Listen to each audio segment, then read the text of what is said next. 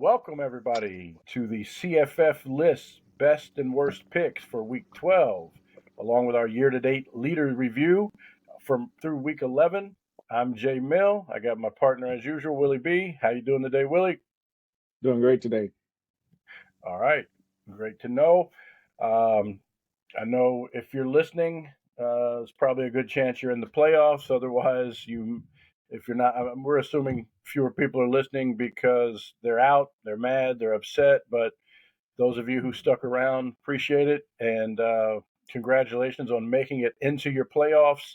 Whether you made it this far from one of those leagues that has six and you're now in the semifinals, or whether it's your first week in the playoffs, we're here to give you some of our thoughts on who you might want to start, who you might want to sit, particularly from the year-to-date leaders lists.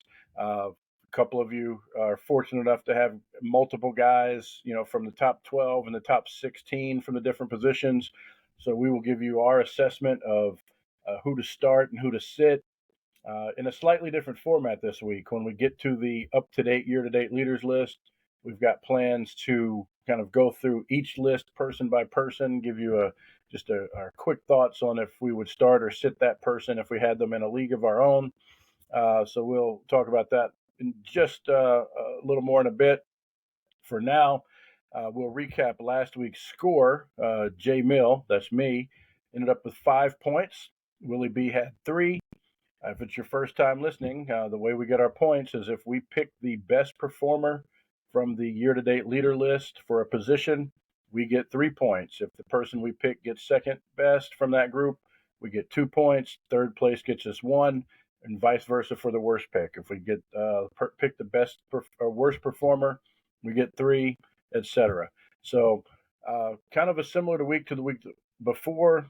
Um, we didn't have a high scoring week, but as we get through each position, you'll see we had a few close calls where we're not going to be upset about our picks.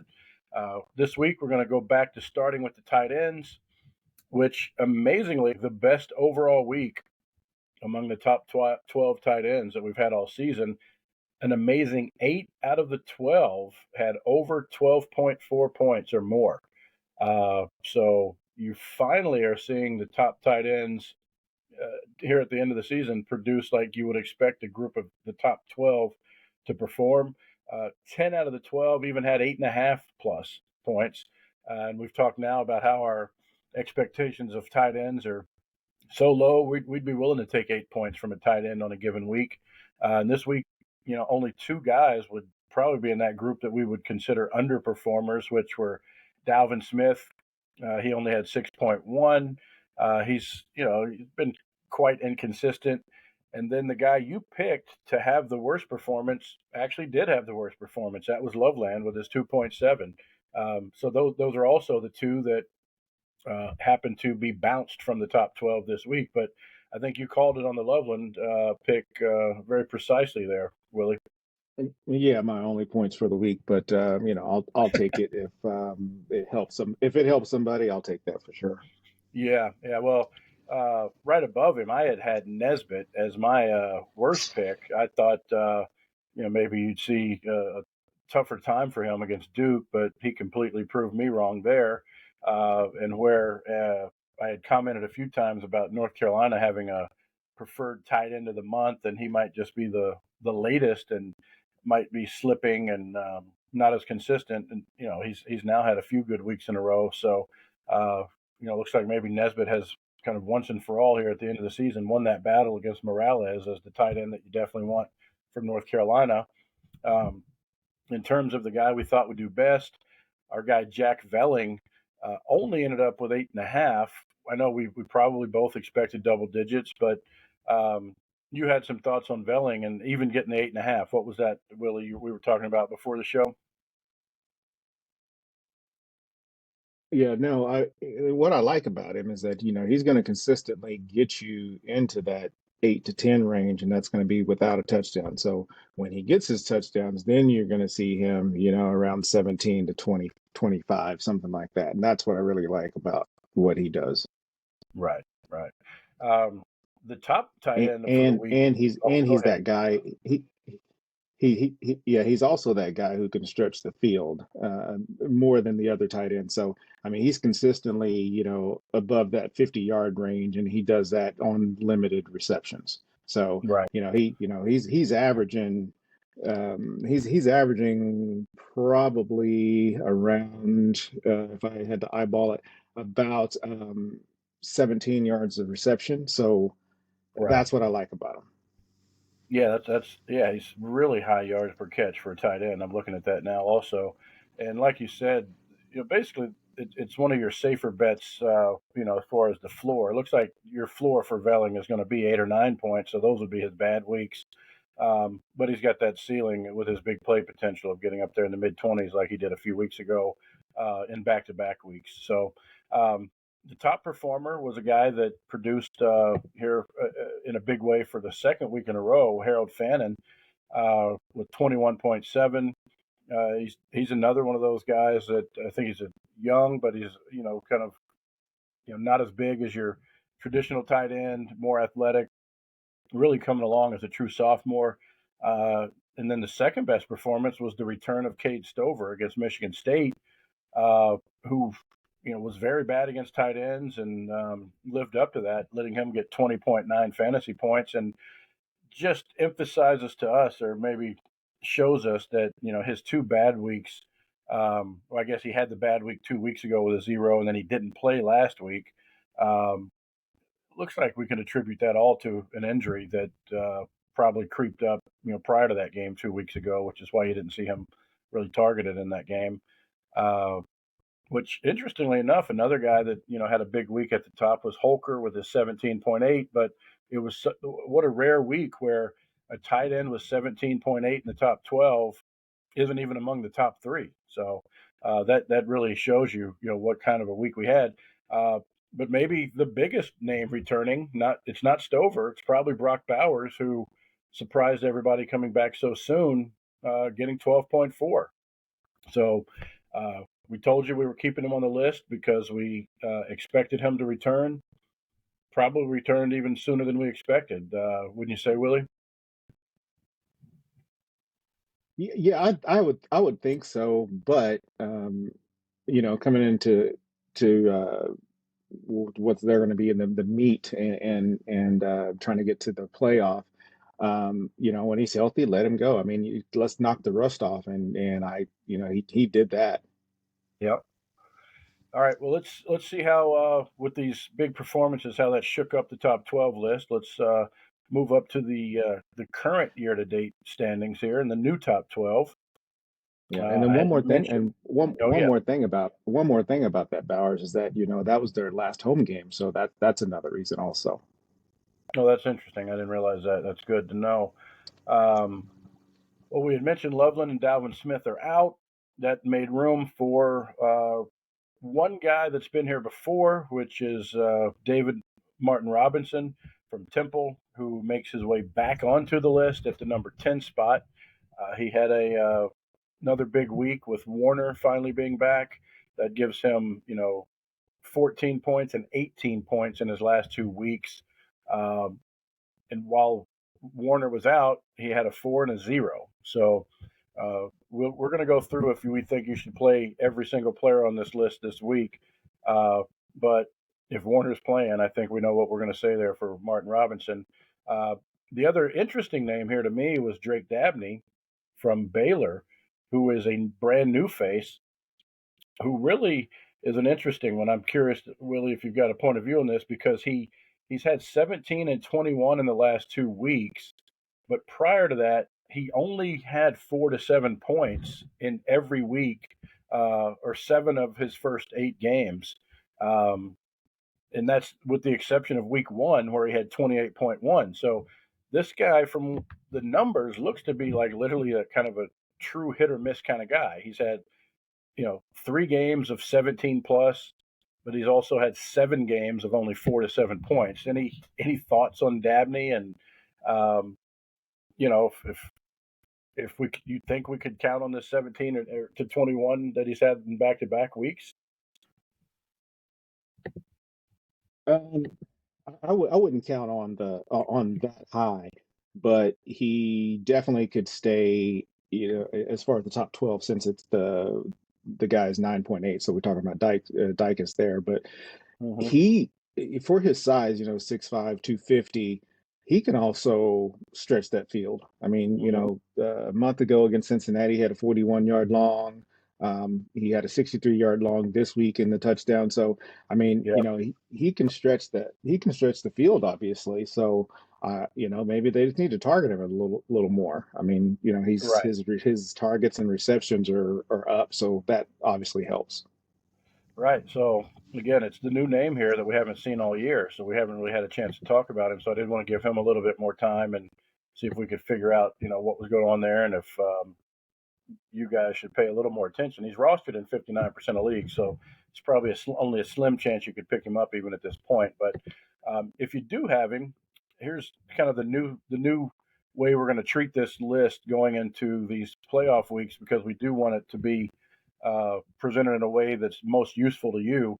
We're going to go quickly through each of these 12 tight ends and just say if Willie or I would each start them or sit them if they were on our teams this week. It's not going to be an even split where we're going to, start six and sit six, but we are going to try to keep it balanced and look at this as though we're making our decision of starting and sitting compared to the other guys on the list. So we're going to do our best to kind of freelance this, but still end up with a start sit ratio that's hopefully close to 50-50.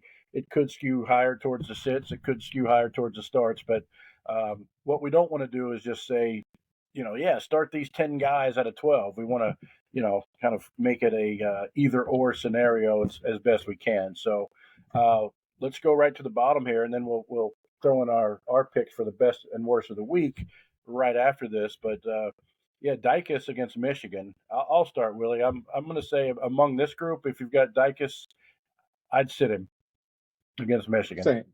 Yeah, Yep. same here. Same. All right. Brenning Stool against North Carolina. Uh, I'm gonna because I do want to keep my picks of starting and sitting a little more evenly split. I'm gonna go with this. Brenning Stool is out of this group, maybe one of the guys I would sit as well. Yeah, absolutely. I mean, there's a echelon in all the groups, but they're here for a reason. So I'd sit him also. Right, and just because the first two were at the bottom and we're sitting those, this next pick is going to show you we're not just sitting all the guys at the bottom and starting all the guys at the top. David Martin Robinson going against UAB, 118th against the tight ends this year. I'm starting Martin Robinson. I've got my faith back in him with Warner back in action and targeting into tight ends like he's always done. So I'm going to start Martin Robinson. Yeah, it took them some time, but they finally got it done last week. So I would go start him also. All right, Dabney. I'm going to sit Dabney because I'm looking at those 7 games where he just had 4 to 6 points, and I think even though he's been targeted a little more, he did maybe get a little lucky breaking that 63-yard touchdown. I haven't seen the consistency, so I'm sitting Dabney. Okay. I'm gonna I'm gonna go with Dabney. You're going to keep the big guy in there. I'm looking at TCU, and they are 103rd against the pass. I mean, I'm not sure, what the tight ends think. I want to talk to somebody in the off season at Fantrax to kind of give us a better gauge of what this means. But Right, um, or if we can kind of dig into the numbers of our own, right. that kind of we can kind of keep current. But I'm going to go with Dabney Okay, one more week. all right. Sano, I think I'm going to. I think I'll. I'm on the fence with him. I think I'll start Sano this week. Yeah, I mean, the games that he doesn't get involved is when they route people. Hmm. So, I mean, you look at that TCU and that Houston game, 41-3 and then 41-0. That's when he was non-existent. Other than that, he's kind of been involved. Right.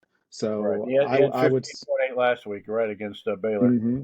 Yeah, and Yep. then you look at the month before the routes. I mean, 13, 14, 11, and 25. So Hmm. when they're not routing people, I mean that's interesting though, J Mill, because um, the first two games of the season they routed 45-0 and then 42-13. He had Hmm. 15 in the first game, but that was against FCS team, and then against Troy he had 1.5. So I Right. imagine that they're going to be in a game with Kansas, so I feel Hmm. safe in playing him. Okay. All right. So we got two thumbs up there.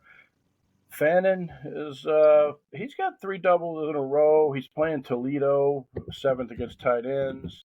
Um, they're also really strong against the pass in general and only giving up 9 touchdowns. Uh, I think I'll go ahead and sit Fannin this week. I think the streak runs out. He doesn't get into the double digits this week. Mm, I may have to go against that. I may have to Okay. go against that one. Let's see here. You think he's Toledo. coming on too strong to turn back Yeah, now? yeah, I do. I mean, I like the offense. I like the defense as well. Yeah. Yeah, I'm gonna go with him. Okay. I'm gonna go. All right. Well, the next on the list is Nesbitt at number 5, um, tied for fifth here with Velling. Yeah, I'm going to go Nesbitt, even though he's playing Clemson. His targets are way up. He's had double-digit targets as a tight end for the last 2 weeks. Uh, Made me look bad last week, thinking he was a little bit fluky, but because of that, I'm now a believer. I'm going to go with Nesbitt. I'm starting him if I have him. Yeah, I have to agree with that. I mean, I want to say that, and we go back and look. Tez Walker's helping him get open a lot more. So Mm-hmm. a lot more room to roam. So I like Nesbitt. All right. Velling, we talked about him earlier. I think that's one of the biggest no-brainers on the list, especially going against Washington. Velling is a start no matter what type of guy. Yeah, I mean, if you don't have a guy, you know, 1 through 4 on this list, as far as like as your other tight end, go with the Valley. Yep. Here's a tough one, I think. Well, maybe not so much. Willis, he had 16.5 last week. He did score a touchdown after not getting into the end zone 2 weeks in a row, and bounced back from his 1.4 the previous week. So he still had double digits in 4 of the last 5, um, making it seem that the 1.4 was very fluky. Every time I've gone against Willis, he's made me look bad. Uh, and I think the one week I picked him as my best performer is when he got the 1.4, but I'm going to forgive him for that. I think if I've got Willis this week, I've got full confidence, even though he's playing against UTEP, who Fantrax says is pretty tough against the tight ends. I'm still going to put Willis in the lineup. Hmm. And I'm not going to speed you up or anything, but I'm going to say if I have these 4 guys, I'm Top starting them. four? The top Yeah. 4. If I have these Well, 4 guys, I'm starting them. I'm sorry. It's right. just Since we're that's doing just it the what way it we're is. doing it this week, yeah, I think for the sake of time, I will agree with you on that. If you've got Bowers, Holker, Stover, or Willis, and then we'll find out this week who we think is your premier starter out of the group. So we will sit. I'll go here with. I almost hate to do it, but I want to go Martin Robinson so bad, but he's let me down when it's been crunch time in the past. But you know what? I like Temple against UAB and that tight end ranking, and Martin Robinson, I think is he loves that Warner Martin Robinson connection seems to be working. So I'm going to go Martin Robinson as my most confident pick this week as the guy you should play. Okay. Well, I'm going with this guy. He's number 1 for a reason. Kind of gave him that a little bit of an ultimatum before he got hurt, and he's been out steadily, letting everybody else fall back, and Hmm. he's still on top, and that's going to be Bowers. Tennessee, I'm not sure what Tennessee what their problem is. Hmm. Obviously, I don't think their defense has ever been that good, but offensively, I just don't see it from them. And Georgia's offense is Bowers, so he's my Right, top. right, okay. As far as the worst, uh, I think there's quite a good amount of favorable matchups here. By the way, I'm at Holker with Holker playing Nevada, who's ninth against tight ends. I showed you my snapshot. That made me question even more how Fantrax produces their numbers because tight ends. Y- you know, I don't know how they come up with that ninth. I'm not afraid to start Holker this week up there, even though he's playing a ninth ranked against tight ends Nevada. I'll go with the guy I guess I was most confident in sitting this week, which is Dykes going against Michigan. I've really liked what he's done the last few weeks. He hasn't been below 9 in the last 4, but he's playing Michigan, and you know, no matter what you think about Michigan, you can't front on the fact that they've got a really stout defense. So I'm not putting Dykes in against them. Yeah, I'm gonna piggyback on that one. Did you ever look up the information on Minnesota? Yeah, I do, which confused me even more because, well, no, that one actually makes sense because, no, that confused me even more. Well, we'll talk about it later, but the, Okay. yeah, tight ends really haven't done much against Minnesota. Um, yeah, so I am confused now that I'm saying they're ranked 110th against tight ends, which means you would think they give up a ton of points. I barely found two tight ends they've played all season that even had more than one catch. So I don't get it at all how Fantrax is coming up with their rankings. We got to definitely dig deeper in the offseason about that. All right. Sounds good. Yep. All right. So we'll move to the quarterbacks now, and it's another group that did extremely well. 9 out of the 12 had over 21 points. 7 out of the 12 had nearly 26 or more.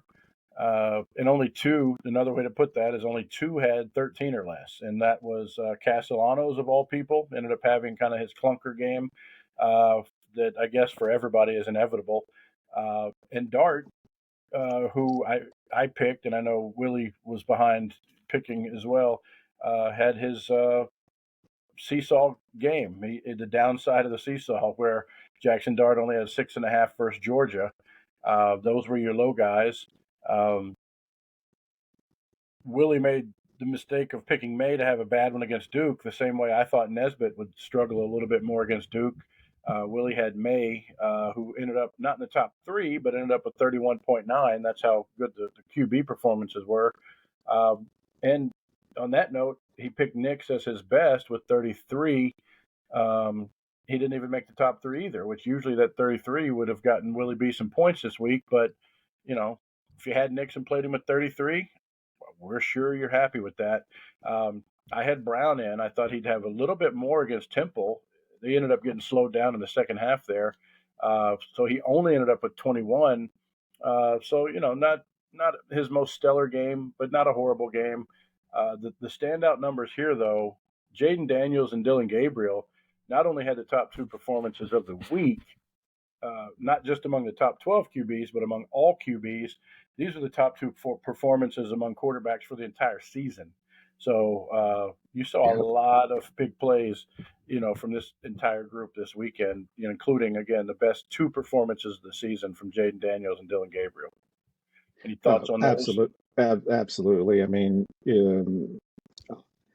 I'm not sure other people's Heisman candidates, but Jaden Daniels is mine. I mean, Yeah, he's just playing lights out, and I think he deserves that. right. Yeah, it's close to no contest right now, I think. But again, overall, that's how your group did. Uh, in terms of the guys that left, we mentioned Jackson Dart having his bad 6.5 against Georgia. We've talked all year about how, or since midseason, how he's just been up and down. Well, now he's out of the top 12. Um, we got an interesting name if we move up to the new top 12. Unless you got some more on these guys, Willie, we'll take a look at how the new top 12 has shaken out. But the new name No, there has been bubbling around, which is Jalen Milrow. What were you going to say? No, I was going to say we're going to talk about a little bit more about the guy that I was wanting to talk about here in Okay. just a second. Yeah, yeah, So, because only one is but new yeah, here. going with Milrow. Yeah, Milrow. Uh, you know, if you're paying any attention, you know this guy's been coming on, big time. He had 43 this week, and that follows up 48 the week before. And he's, prior to that, he had 15 to 22 points in five of his six.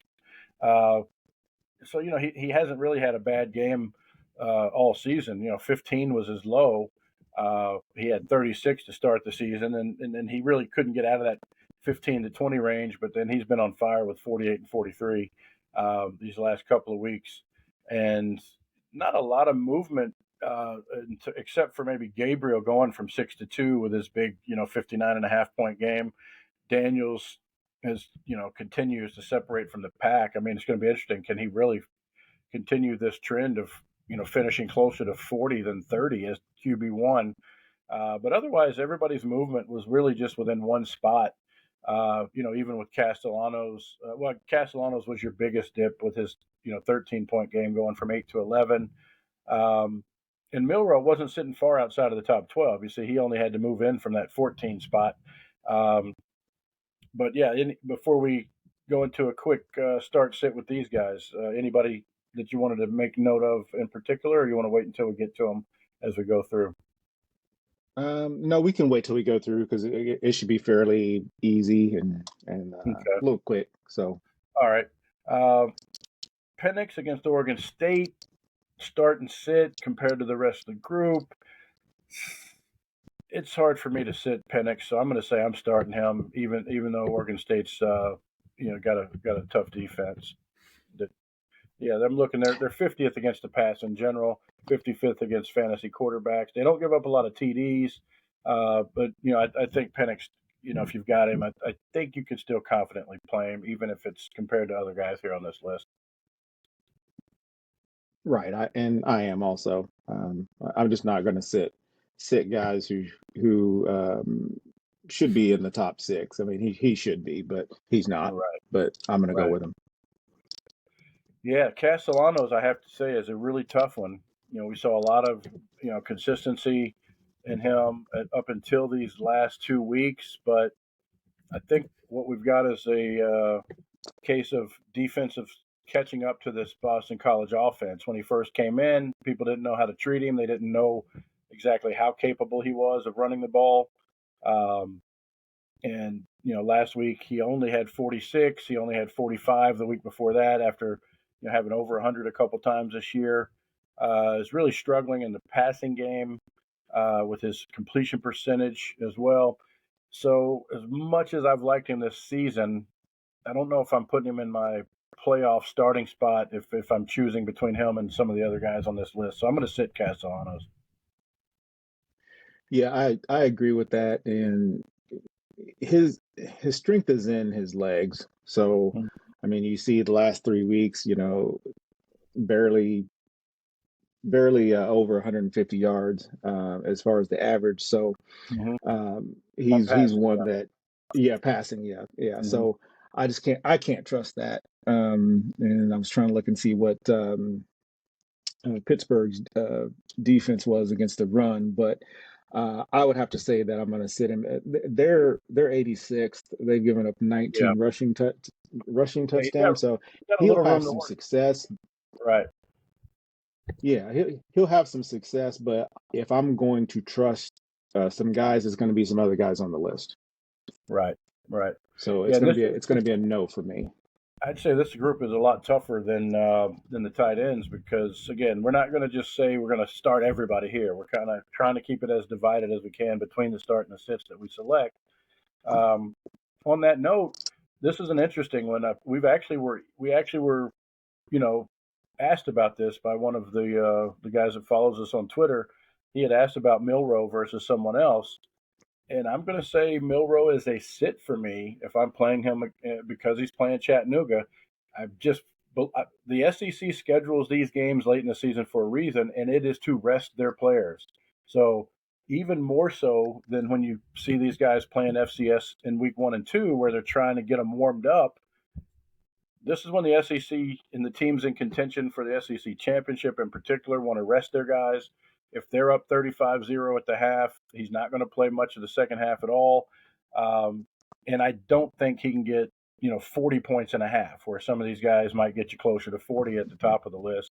So I'm sitting Milroe amazingly. Who was do you remember who the quarterback was that person was questioning? No, but give me your Okay. thoughts on Milroe while I try to look it up. Yeah, I was just making sure it wasn't somebody else on the list. Yeah, I agree as far as, having a guy available for a half, how many points can he get you? And so to me, if you don't have anybody else on this list, you have to go with him. But to me, I'm not gonna start him only because, he's Right. probably only going to be available for a half at most.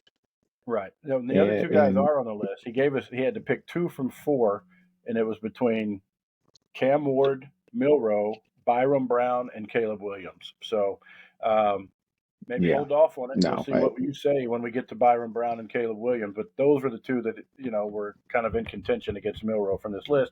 Uh, yeah, but Ward. if those were my choices, then I'm sitting Milrow though. Okay. Yeah. Yeah. We're sticking to it. Yeah. That's what we told the guy in the response as well. So um, next on the list is Jordan McLeod from App State. Uh, you want to go first on this one? I want to look some things up, or you want to take some time here on Okay. McLeod? Um, yeah, he's an interesting guy. I mean, they've been playing really well, and him especially. I mean, Mm-hmm. you cannot. I mean, 30 points a game, and then 2 weeks ago he had the 51. So um, I- he's just one of those guys. I'm starting him. Yeah, and the thing that reassured that I'm going to start him too is it's a little deceiving here because we're just looking at the pass rating, Fantrax has shown us the App State's ranked 30th against quarterbacks. That coincides with App State also being 32nd against the pass. But the reason I'm going to agree with you in starting him is Hmm. App State is also very bad against the run. They're 125th, giving up 190 rushing yards per game and 20 touchdowns. So he's just been too good to sit. It's going to be. This is where game day is going to be. By the way, this is ESPN is going to be at the JMU App State Nice. game, so it's going to be a wild one out there. I think McLeod, does everything he's been doing all season, and he has another big one. Um, Takes us into the Bo Nix choice. Yeah, and then on top. Yep, go ahead.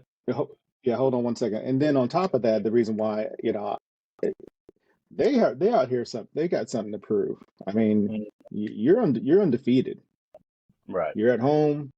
You know, like I said, I just like the kid, so Yeah, I'm they're definitely starting him. they've got something to prove, and they've got everybody behind them. There's not a person that's out there saying like they shouldn't be, given the benefit of going to the bowl or and actually playing in their conference championship and those things. Everybody agrees it makes no sense, and uh, an exception should be made. But yeah, McLeod lives up to the hype again this week. Bo Nix, I'm going to start him because he's a guy that you never sit. He's in that category to me. He's got kind of the same capabilities, maybe even at a higher level as McLeod. He's doing what McLeod's doing at the Power Five level as far as getting points with his feet and his arm. So I'm keeping Bo Nix in there against Arizona State for sure. I agree with that. Yep. Uh, Drake May, I think I'm going to go ahead and put old Drake May on the bench this week again, knowing that we're trying to keep our choices here fairly balanced between this group. But if I'm comparing him against others in this group, he's going to be one of the few that I think I would confidently sit compared to the others here. Yeah, I have to agree. And like I said, I mean, I picked him as my worst last week. It bit me, but um, Clemson, they're Seventh not they're against the not too pass. bad. They've only given up.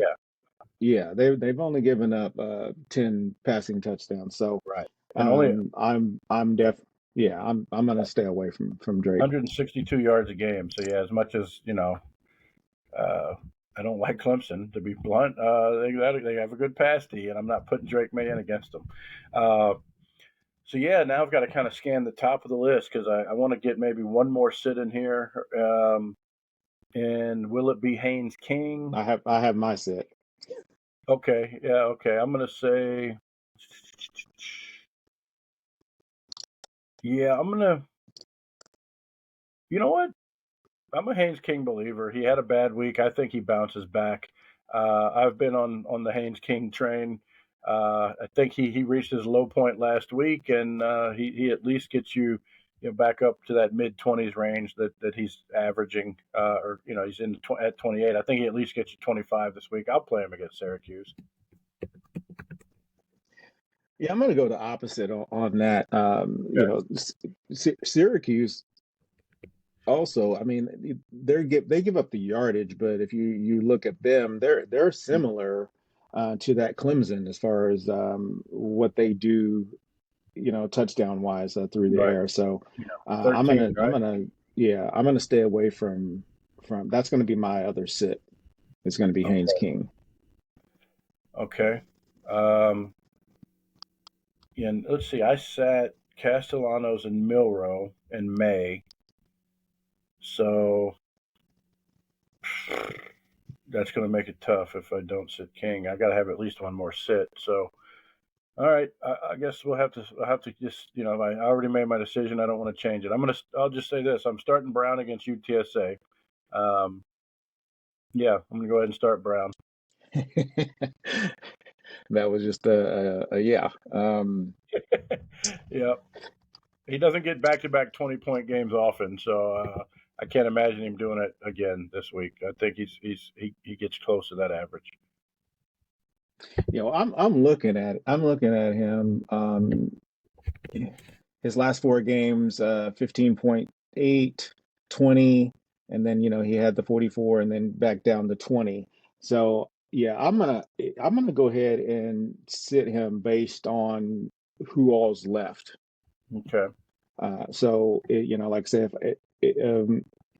I want to say that's going to give me five sits. He's going to be that guy only because um, of what they've been doing. Something to me is off, and I know it was Yeah. Temple, but they just kind of laid off the gas, and I Right. don't like that. But yeah, I'm gonna sit Brown. You're a lot Okay. higher on Brown than I am anyway. But Yeah, yeah, that's been kind of consistent throughout the season. So, but hey, yeah, I he's mean still QB5 for the year. He's in the top five for a reason. I think he gets to his average this week. I'll stick with that.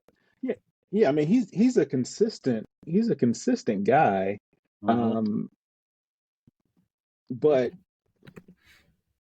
you throw in that 44, that you know that brings him up the list. To me, without that, he's down where Penix is, so barely on the cusp. So that's why. All right. Um, well, out of the four remaining, uh, Caleb's going to have to be my sit because I do have to. I can't. Again, we can't start everybody. We said that was going to be the intention going into this. Um, so I think I'm sitting Caleb, particularly if I'm choosing among these guys above him as well. Uh, he was only in the low 20s this week. Uh, I don't know that USC is going to be too motivated, for the rest of the season. Uh, UCLA gives up yardage, but not touchdowns. They've only given up 13 TDs. So, yeah, I don't think he'll have a bomb of a game, but I think he'll have one that very closely resembles last week's game against Oregon, where he had 23 points. I think that's the type of game he's going to have again this week. Mhm.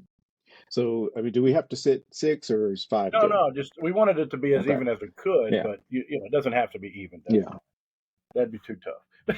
Yeah. So I think I'm pretty sure I'm at five. Yeah, I'm pretty sure I'm Yeah, at yeah. five. Yeah, no. Um, No, you can I'm go going to either way start with that. him only because this could this very well could be his last game at USC.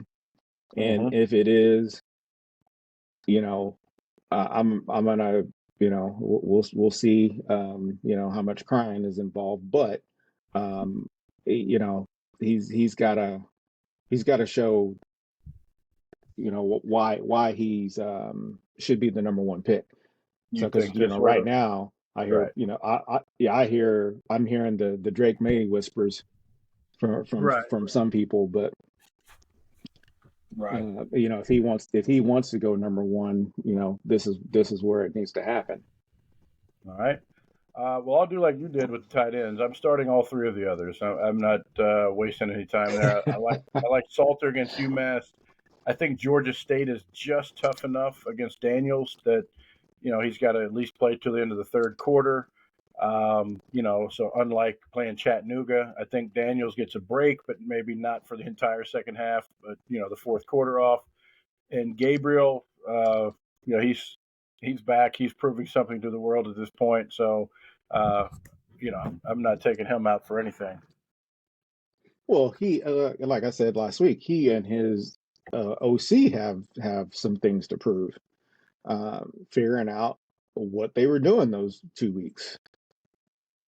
So them having that nice bounce back, that's good. That was good for them. And then Jaden, it's Heisman time. So get this guy his numbers, and I think he's gonna come through and you know take you to the quarterfinal, final, whatever position you're in. But if you Yep, have Jaden Daniels, you better be starting him. exactly. And with that, Willie, go ahead and make your first of your absolute best and worst pick out of the groups. So my worst, I'm gonna go Castellanos here. I think we talked about that a little earlier. Yep. Yeah, he was. He just doesn't he, Yep. he doesn't throw for the 300 yards like everybody else on this list can. Hmm. And I'll take. I'm going to double down. I'm going back to. Well, you had picked May last week. I'm going to put my X on Drake May this week. Um, Hmm. Again, that Clemson defense, the passing side is pretty stout. I didn't have a lot of sits, as many as you. I do think even in that half that Milroe's going to play, he might still outperform May against Clemson. So um, that's my sit or my worst Okay. for the week. Okay. And Hmm. then so for my best, I'm just gonna go with the man. I mean, that's this dude's just incredible this season, on fire. Like you said, Hmm. best performance all year. 62.3 is just amazing. Yep. I'm going to go the other guy, the guy I hyped up that the Power Five version of Jordan McLeod, as I dubbed him. I'm going to go Bo Nix. I haven't picked him all year. He hasn't had a bad game all year. Uh, why would he start now? Let's go with Bo Nix to do it big against Arizona State. They're still fighting for a national championship spot, so why not? Right. I agree. All right, That's not bad. nope. Now we will move into the wide receivers, where uh, this was a solid group, but kind of like the week before. Just good, not great. You had 8 out of 16, half the list managed 19.2 points or better. You can see Malik Neighbors there in the number two spot, or as wide receiver two, had his 19.2. He was one of 8 guys, half of them that reached that number or better. But on the stellar side, you only had 4 guys reach 26 points or better, which leave you with 4 guys that still had under 10 points, and 4 guys that were only in between 10 and 19. So, for the upper echelon of the entire CFF wide receiver world, I would say it was kind of a mixed bag in terms of the performances, from this group. So we need some guys to step up.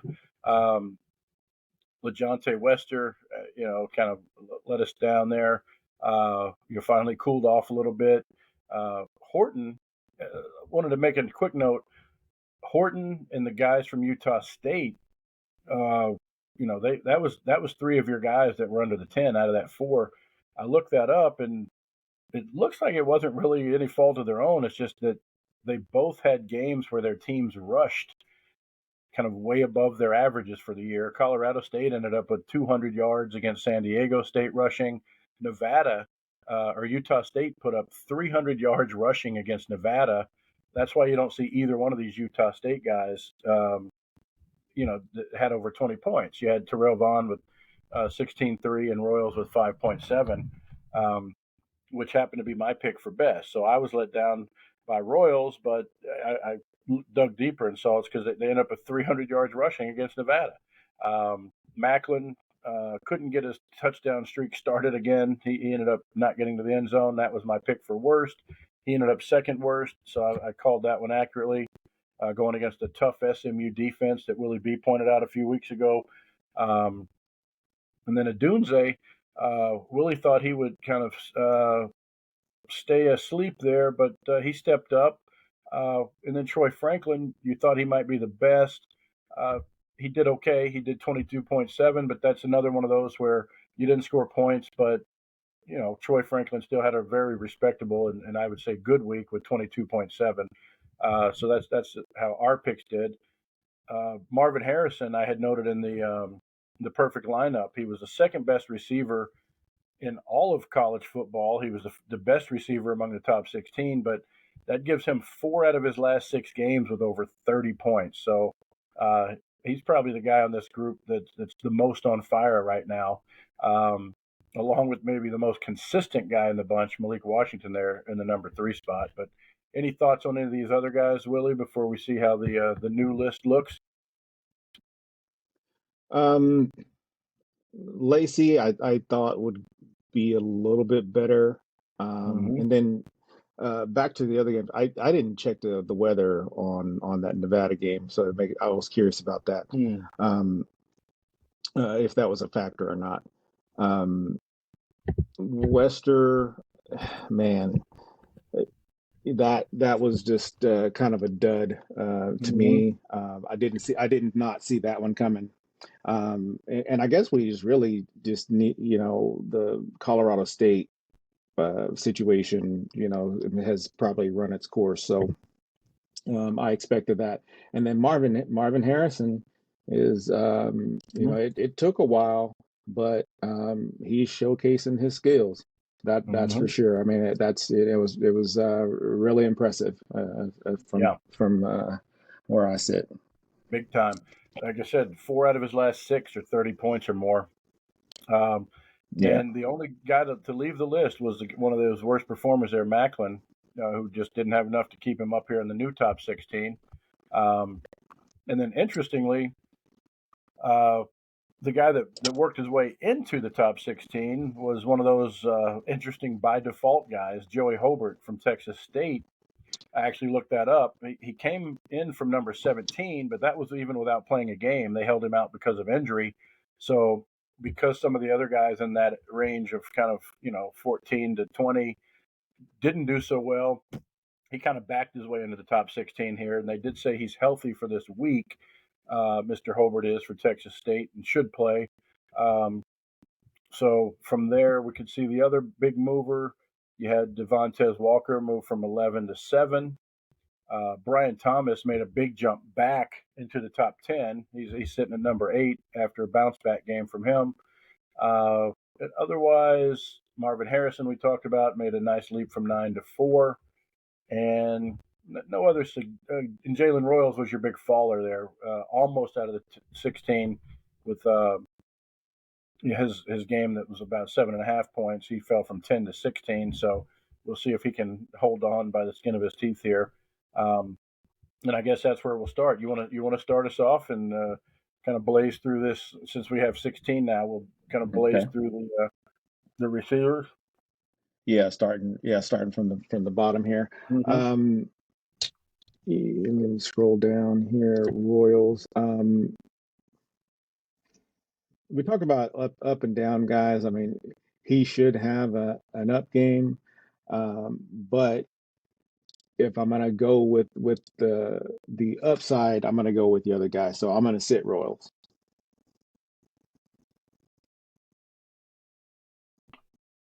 I think I'm going to agree with you. I think it's just too divided.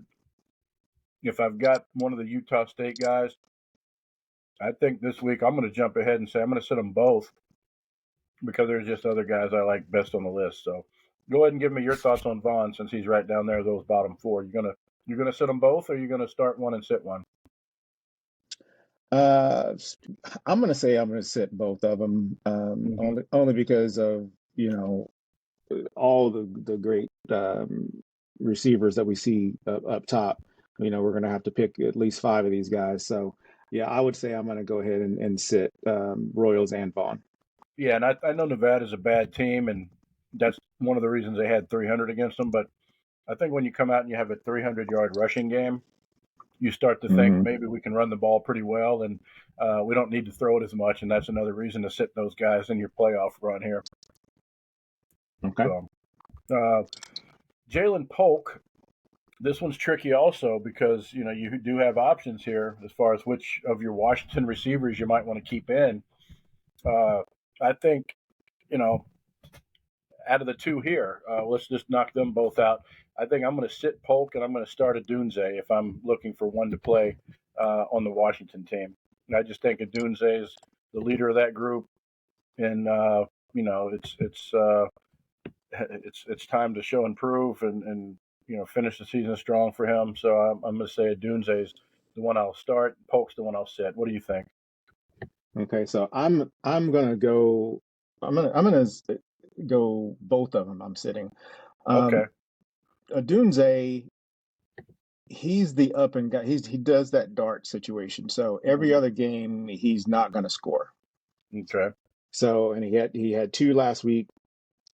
So this is going to be my one that I'm going to sit him because the first 2 weeks he 1 and 1 0 Hmm. 2 0 2 0 1 0 2. So Right. Right. every other game, for whatever reason they're involved in somebody else. So I'm going to sit both. Okay. Um, and then Hobart, I had mentioned he missed last week because of an injury. Kind of rereading that report, is likely to return this week. Set out week 11 due to injury.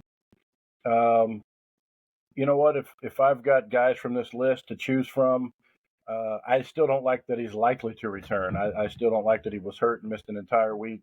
So I think I'm gonna sit Joey Hobart. Because there's going to be some other better options. Even though he got 33 in his last game on November 4th, against Troy, he had 8, which you expect, and he's had some big games all year long. But um, you've got to pick and choose some from this list to start and sit. So I think I'm going to have to sit Hobart. Yeah, I agree with that. I mean, he's been hovering around the top 16, but Hmm. there's too many other guys who've been on this list all season long. So Right. I'm gonna have to sit him if I have Yeah. other Just options just that even an are inkling on of an here. injury kind of was scare me away from him with the other options I would have since we're choosing from just this top 16. With that, Uh, Malachi Corley, I'm going to go ahead and play him. Looks like Western Kentucky finally got their stuff back together again last week. Um, as far as fantasy numbers, I'm looking the actual score. I didn't realize they lost 29-38, but Corley did. He's been in the end zone 3 weeks in a row. He's about all they have as far as a reliable receiver that they can go to week in and week out. So I'm going to play him against Sam Houston.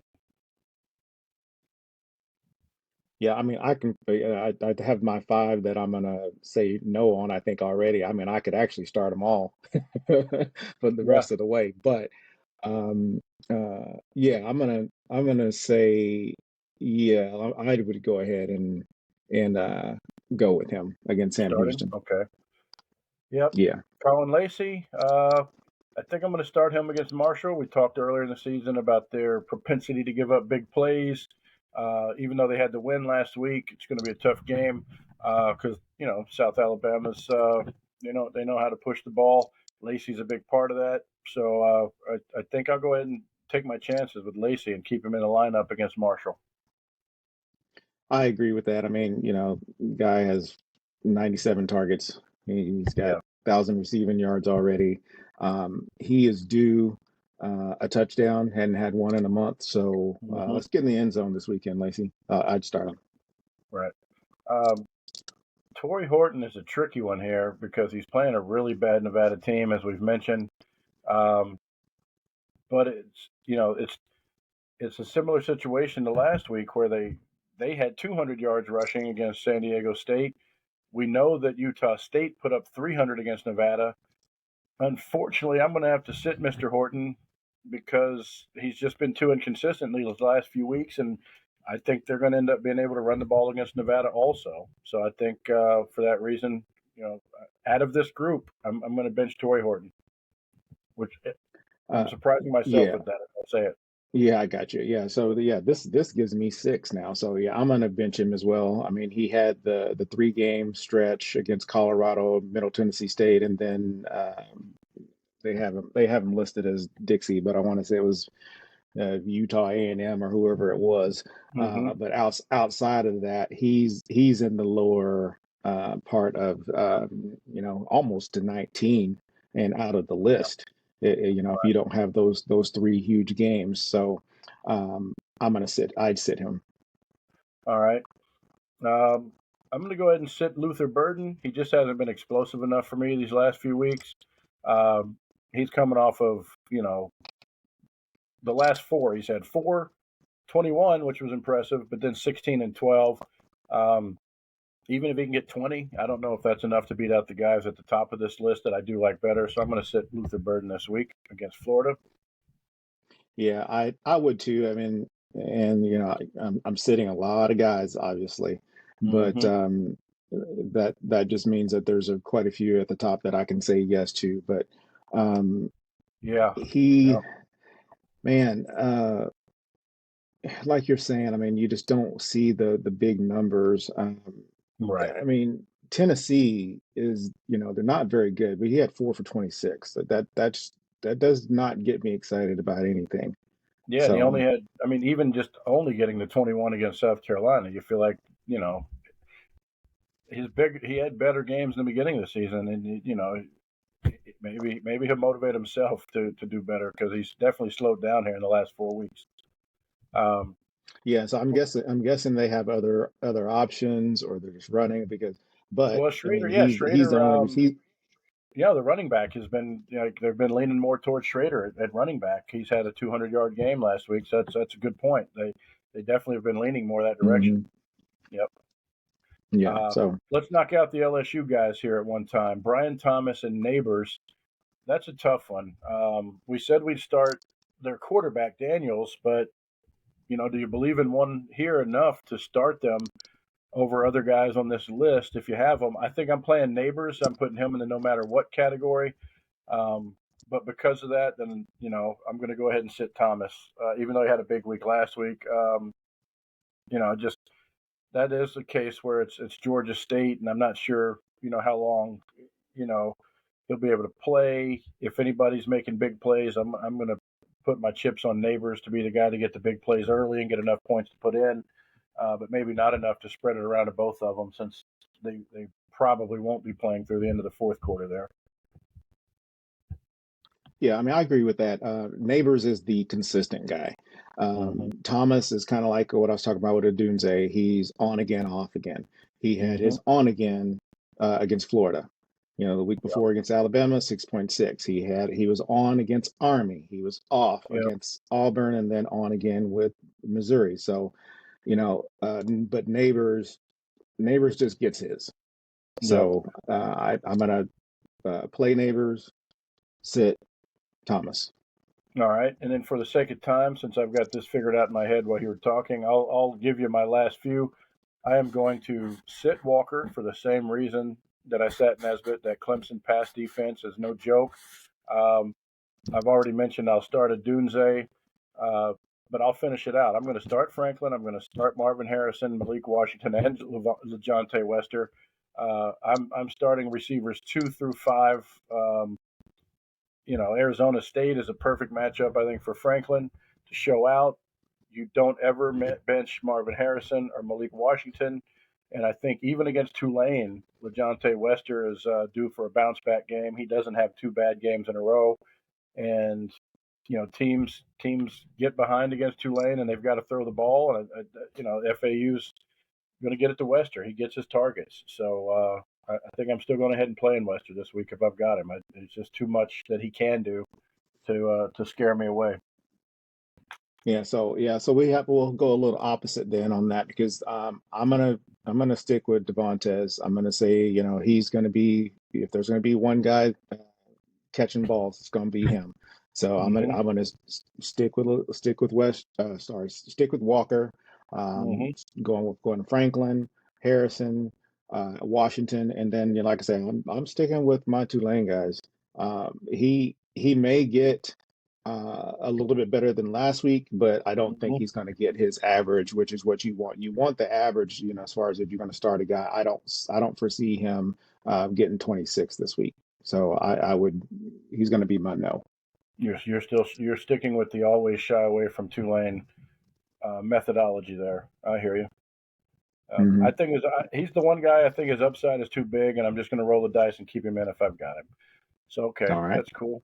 Um, and you did agree Malik Washington stays in.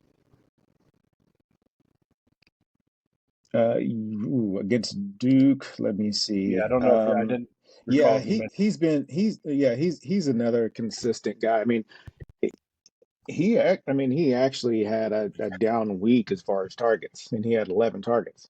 Yeah, So, yeah, yeah. That's and nuts. he's been too consistent. Yeah, he's been too consistent for me. I'm gonna go and stick with him. Start Washington, so that's 8 that you'd consider starting 6. That's pretty nice and divided. I think the way we're doing it is fair because again, like it would have been easy to just say start 80% of the list. So on these sets, remember we're kind of telling you to Hmm. sit them in comparison to these guys on the top 16 year to date list, not if you've got a guy who's 50th for the year that's on your roster that's up against your decision there. Right. Out of all the starts, who was I most confident in? Uh, Man, it's so clear to me that it's got to be Marvin Harrison against Minnesota. So yeah, let's stick with that. Why not? If it's that clear to me, no need to second guess Yeah. it or And overthink it. I'm going to and go Marvin Harrison. and Yeah, this is one of the crazy weeks because Marvin was going to be my guy. I'm not going to go away from it only just because you said it first. But yeah, he was No going to be problem. my start. My starter of the week. So Okay. And as far as the guy that out of this group I would bench, I would say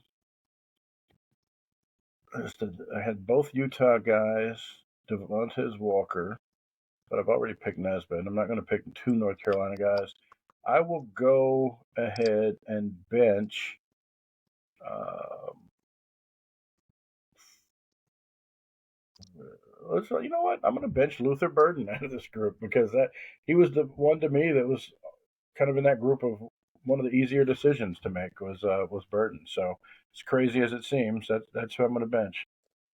okay, and I talked about him earlier. Outside of that Utah A&M or whoever it was, Middle Tennessee Hmm. State and Colorado, he has not scored all season outside of those 3 games. So I'm going to sit Torrey Horton.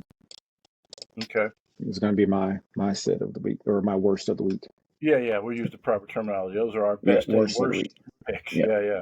All right. So now we will Now get we up can to the go. running backs, and as we move up there, you'll see a very solid week again for the running backs. Very good week, I should say.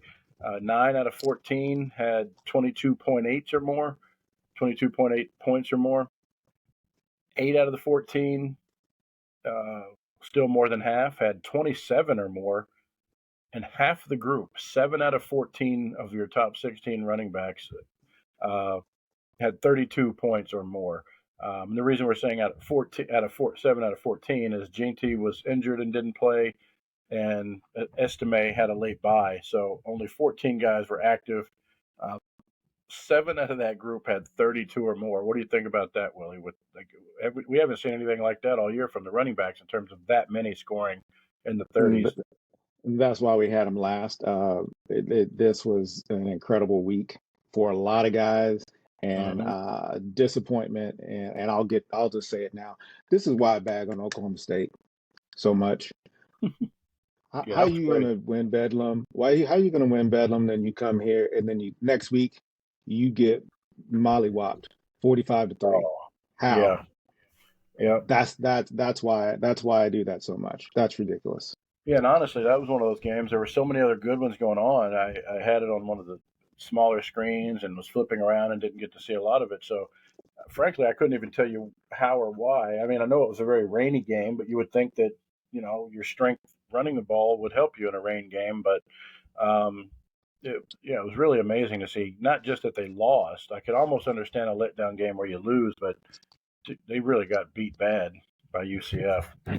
Yeah, I mean, it was that was just pretty embarrassing. Uh, Gordon had 12 for 25.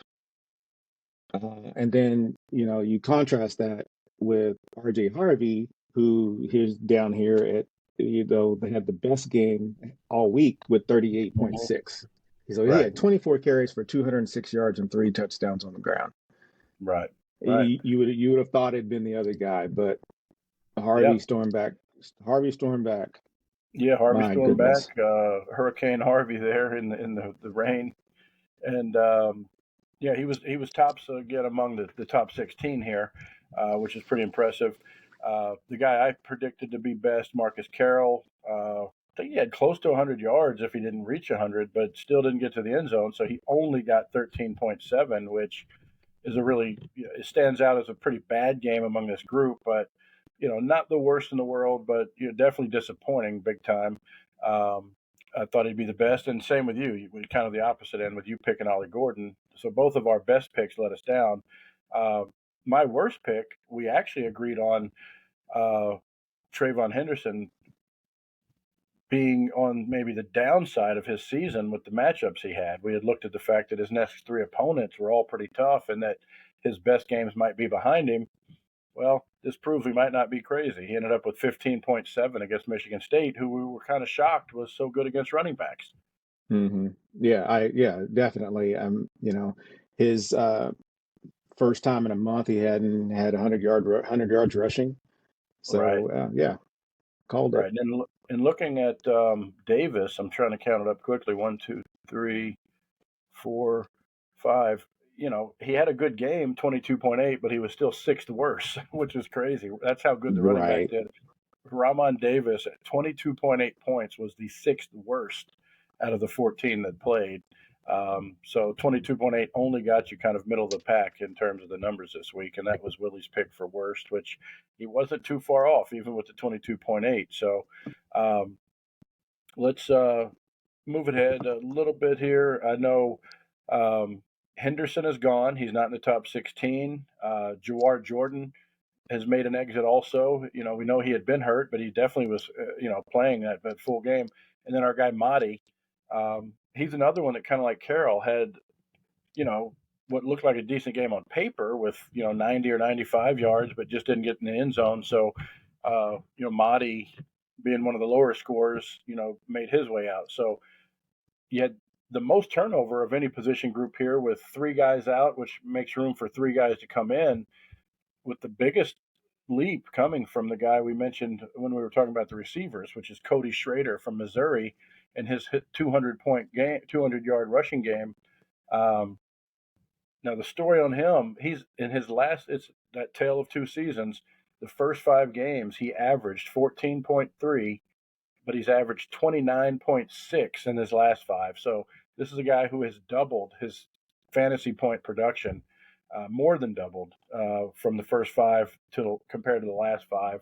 Um, Three of his last five, as a matter of fact, have been 31 points or more, and his lowest has only been 19.6 in the last five. So, um, if you wonder why Burden and Weiss and those guys are struggling to get points, you're looking at him right here with Mr. Cody Schrader from Missouri. Yeah, I mean, seven straight games with a rushing touchdown. You just got to start feeding the kid, shorten the game down. Try to get that Yep. time of possession, see what happens, and Yep. he's getting it done. Yep. And then we look here, and this is going to be the last time we see Mr. Jonathan Brooks. He's out for the season with an ACL, as you can see here. Right. which is unfortunate because he was having a great season. So Yeah. I hate injuries, so never want to see anybody get injured. He still had 32.8, before the injury. So Yeah. Yeah. um, Yeah. that's Spectacular season that's for just him. really unfortunate. Yeah. Yeah. And the other injury note And is then, a little bit of making his a way trickier one. up. It's been a minute since we've seen Quashawn Judkins. Right. Right. I think, yeah, he might have only appeared here once before and then exited, but uh, Judkins is the other name that's in, along with Ladanian Webb has been kind of in and out. He's not a new name at all by any means, but uh, Judkins, as you mentioned, I think just popped in once for a short visit, but he's had 26, 30, and 24 in his last three games. And the main thing that's changed for him is that he's getting in the end zone. He's had double digit, or not double digit, but two plus touchdowns um, in each of his last three, which gives him seven TDs in the last three games, which matches his total from the first seven. So uh, seven touchdowns in the first seven. Now he's got seven touchdowns in three games, which is the reason for his big jump up these last couple of weeks. And for the season, while he did have kind of a lot of early games in the teens to 20s, to his credit, he hasn't had uh, but one bad game, and that was 7.6 against Alabama. So while he might have seemed disappointing in the beginning of the season, he was still getting you into the mid teens and the low 20s. He just didn't have those big breakout games like he's had these last 3 weeks, which is why you didn't see him in the top 16 much. But he is here now. They play Louisiana Monroe this week, so he might even add on to that. So while we're looking at that, let's decide if we would start or sit him this week after we make a decision here on Estime. And Estime is a tricky one. They're going to let Sam Hartman be the shining light against his old team, Wake Forest, or will Estime continue to do his thing? Yeah. Any initial thoughts, Willie, on Estime? I don't, if my coach is setting up the game plan based on a player who used to play at the team, I got a problem with that. We're trying to Yep. win. We're Yep. trying to win games here, and There you Estime is go. the guy that's going to win us games. Six touchdowns in the last 3 weeks, Mm-hmm. 22.9, 33, and 22. That's the guy. You run off Estime, and then Mm-hmm. if your quarterback can shine after that, fine. But we're trying Right. to win games. I mean, you just had that clunk, that loss against Clemson, which should not be happening. Right. So you need to bounce back and have a good week. They're coming off a bye, so I would hope Yep. that everybody's rested, and then it's time to defeat Estimate. Yep. I agree. So I'm And starting. to be time. That's our Kings Classic plug. He's the guy that's kind of been one of the real consistent ones for us there in the Kings Classic, and hopefully he continues that for us. Um, Ole Miss is an interesting one against Louisiana Monroe. We've talked all season about how Dart has been up and down. He had his down game against Georgia. He's due for a big one here, but can Judkins also get two touchdowns again? In the 2.5 quarters that he's going to play. Um, I think he will. I think Judkins gets his 100 and does make his way into the end zone a couple times. So I'm going to start Judkins if I've got him against Louisiana Monroe for sure. Yeah, I mean, I can see him having a game like he did with Arkansas, 18 for 65 and one touchdown, and he had 17.3 that game. So um, I think I would go ahead and play him. Yeah, I think you play him there too.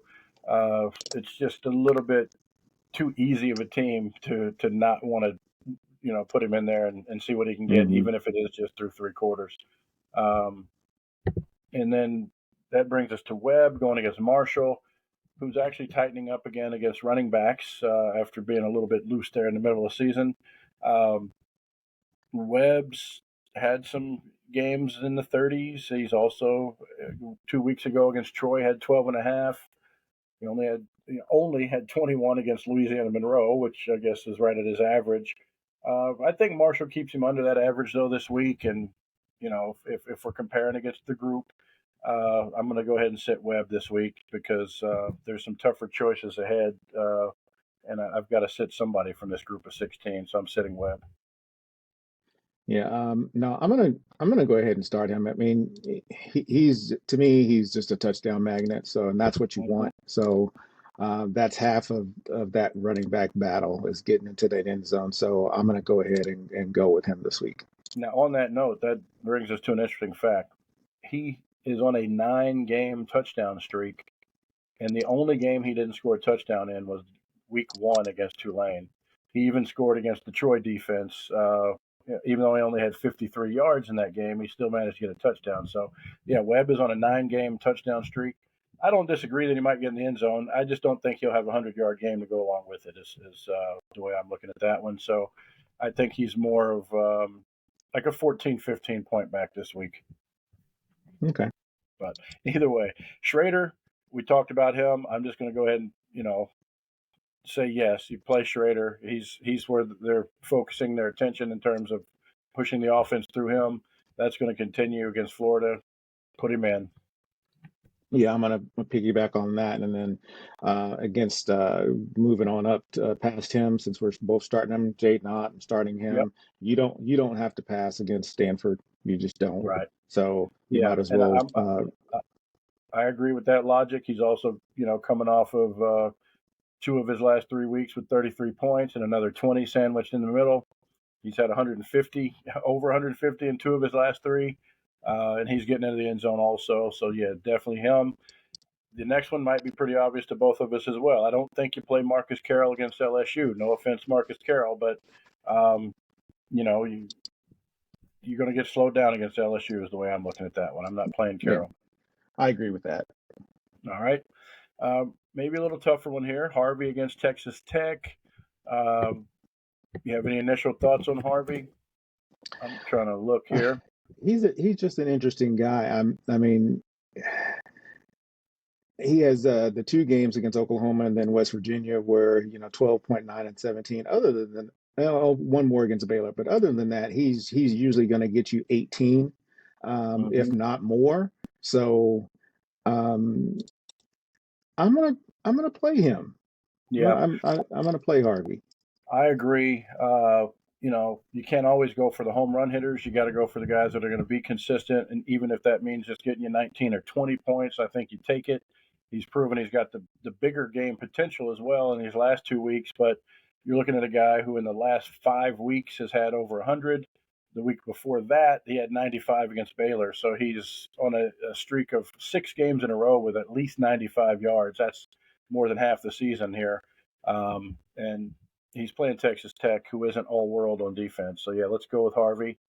Um, Irving got a little banged up. I did see a note where some folks were hinting that even though he might be back, there uh, could be some potential to rest him and get him more ready for that Oregon State game.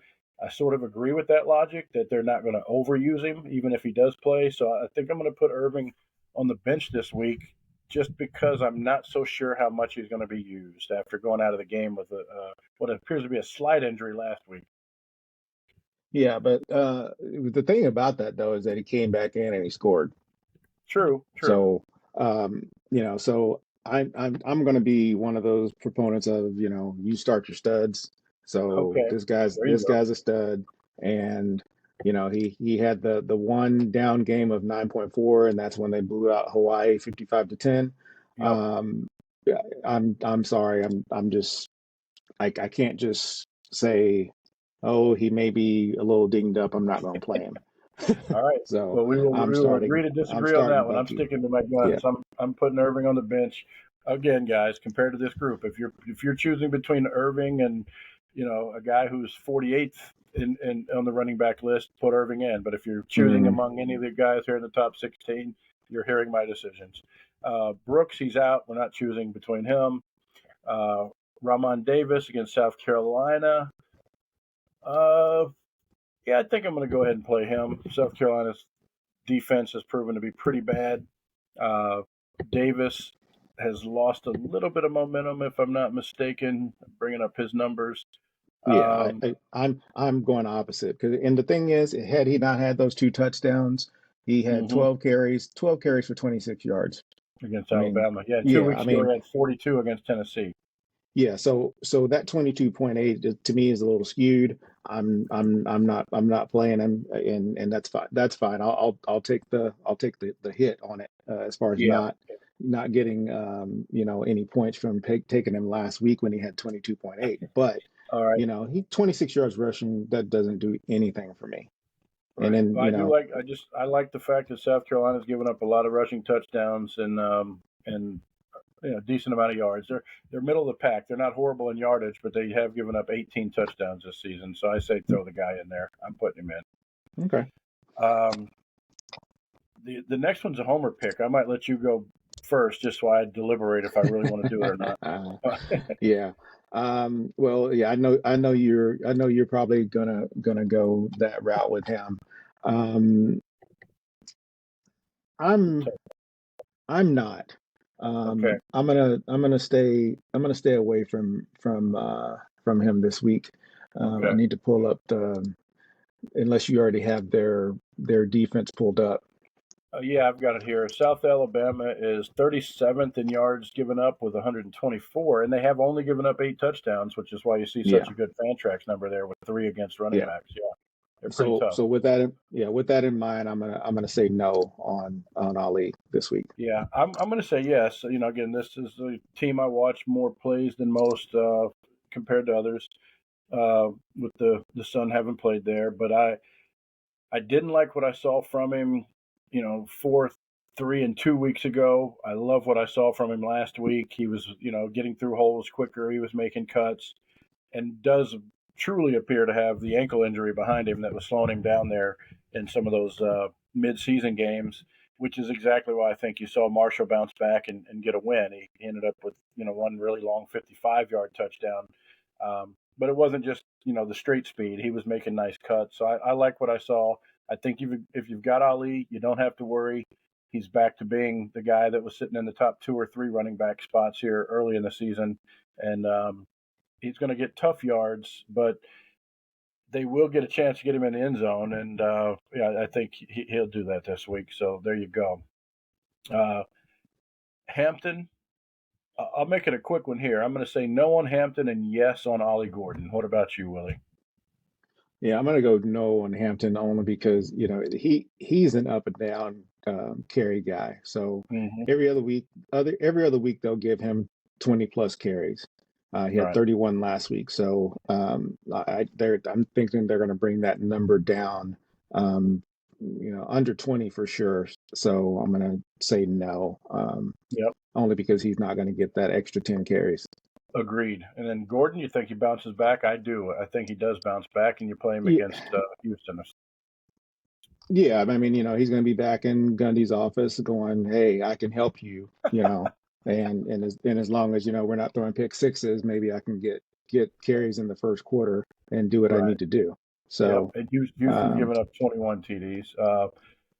Blake Watson, I think I'm going to be out on Watson this week against SMU. Again, probably the most surprising defense of the year. But I, I'm scared of teams against SMU because of how good they've been. So I'm going to go against him. And Watson just hasn't been quite consistent enough. yeah, I mean he's actually scored 6 touchdowns in the last 4 games. He gets in the end zone. I'm trying to think of how many no's I've had. One, two, 4, 5. I'm gonna say let's go ahead and stay with Mr. Watson. Okay. Um, I don't believe it's going to be a Tulane situation where he had 5 for 13. So he's had 23, 44, 14, and 38. So he should be better than Judkins and Estime's average of 20.9. So I'm gonna stay with him in hopes that he gets 19 to 20. And to me, that should be Okay. better than a lot of the no's that I've said I wouldn't start. So Right. Right. And again, we've and talked about then SMU past. Robinson is a start all the way. Yeah, for me Yeah, too. I think yes, Robinson's one of the bigger no-brainers on the list. SMU's defense has only given up 6 rushing touchdowns, by the way, which that even surprised me, and only 3.2 yards a carry. If you want to change your mind on one, it's okay though. No, no, Okay, no, I'm not. all right, Not gonna change my mind on that. all right. Gene T's a tough one because he's in that most horrible of categories of questionable, I think, for this weekend. So we just don't know, but we also know Hmm. exactly how good he can be if he does get in there. So what are you doing if you have him? Besides the obvious answer of kind of Um, waiting until game time and trying to listen for an answer. well, I mean, you have to wait until game time. I mean, you just have to. Okay, so Um, we're not going to I, make it too I complicated. I mean, think I mean, the obvious answer for both of us is you better tune in to find a local somebody to let you know if he's warming up and taking snaps with the first team offense in the pregame. If you see that he is, play him. If he's not, don't play him. Right? yeah, yeah. And then, real quick back to Watson. Um, Okay. he's tied leading the nation in receptions as far Oh, as there for you go. running back. So, Hmm. you got to factor that in. So, I mean, you just want a touchdown. They may not give up rushing, but that Right. doesn't mean that they can't give up a swing pass or whatever. No, And that's a he's going to fun get you stat. I those like that. reception yards. Yeah, Yeah, that's a he's good going to fun get you stat. those receptions. So, Yeah. Okay. And I agree. Kyrie Robinson, you never take him out. He's in that category now. Even if that running back two is annoying and kind of stealing some of his carries, he's proven that doesn't matter. He's going to get his points regardless. So, who is your most confident start this week? Who is the best of this bunch for this week, Willie? ooh, um, Or you can go with the worst, whatever your heart feels. well, I mean, if I got to go the best of the bunch, and I don't know what Genty's going to do, then I'm going Kyrie Robinson. Okay. Yeah, I think that was pretty close to who I was going to go with. But instead, I'm gonna go with Schrader. I like Schrader a lot from Missouri. Um, I like the that seemed to be the easiest one for me to choose this week. So out of these starts, I'll go Hmm. him. And who do you got as who was your easiest decision to put on the bench? That's going to be Carroll, only because I like what LSU's doing. Yep. They got something to prove. I think they're just going to put it on them. Yeah. Um, and again, you did it, I think, on the receiver, so I'll do it here. I don't want to go away from what I think either, just to spread it out. I want to get some points. I got to catch you. I got 2 points to catch you. So I'm going to go with Carroll also as worst. Stay away from him, guys. All right. So with And that, I know we went a little long, but you got to do that during the playoffs sometimes. So, exactly, yeah, and that's the way I was looking at it it. is what it Instead of is. rushing us through and shorting any of these positions, when I saw how long each position was taking, I felt like instead of rushing it, let's keep going at the pace we're going because we didn't want to give you less time on running backs because we give you too much time on quarterbacks. I think we did the adequate amount of time for each. I'm not going to apologize for going an hour and a half this week because again, if you're listening for a reason. It's because you're in the playoffs and you're trying to get some extra opinions on what you should do.